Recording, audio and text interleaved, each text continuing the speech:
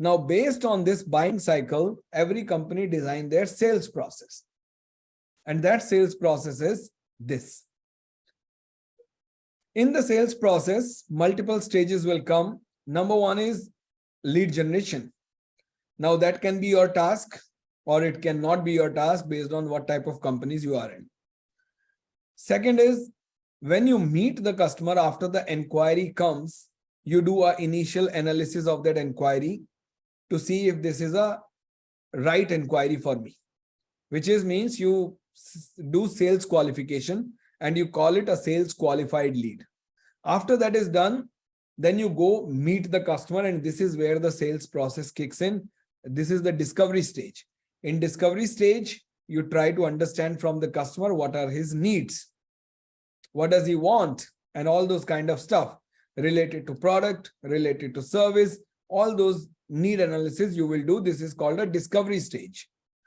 Then you go into the qualification stage. In qualification stage, you try to understand whether this customer has budget, whether this customer has urgency to buy, whether this customer can actually buy my product or not, whether this customer will actually buy from me or he is like those customers who are very price sensitive and they cannot pay to your product, but they will go buy a cheaper competition. So all these qualifications about the customer to understand what he will buy, when he will buy, how much he can pay, all those things you will try to understand about the customer. That's called qualification. Then you pitch your product. After need analysis, discovery and qualification, then you pitch your product, where this is the place where you talk about your product features, benefits, and all those kind of stuff.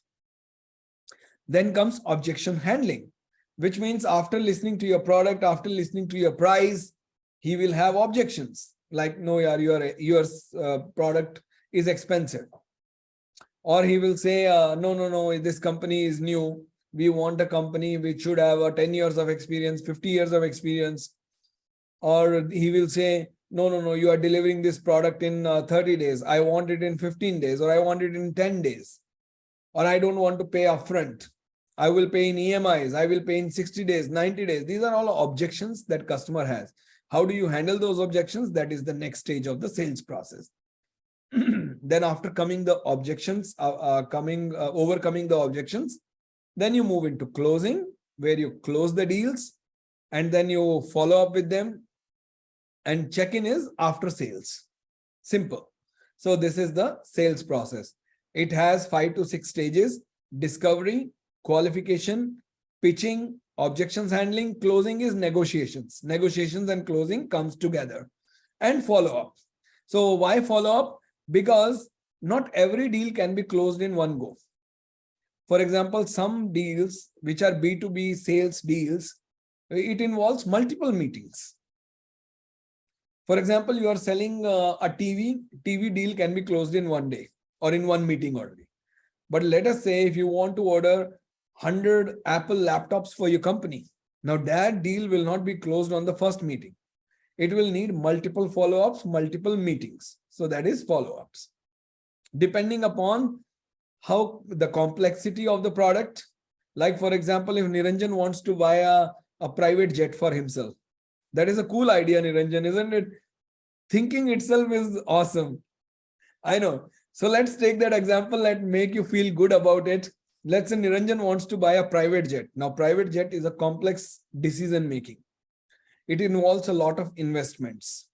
It involves a lot of choosing because the needs will be a lot more. He might want so many features in that product. It has a hell lot of features.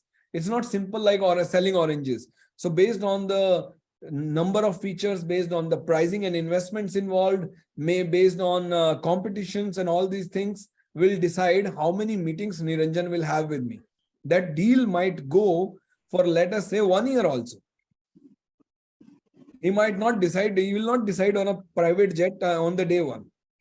For example, McDonald's is there. Now, McDonald's wants to outsource their franchise. Now, they will not decide in one day. Similarly, if they want to outsource their entire IT operation, which will be like $100 million deal. So $100 million deal will take at least 2.5 years to close. So depending upon the price, investments, and all those kind of things, follow-ups are also required.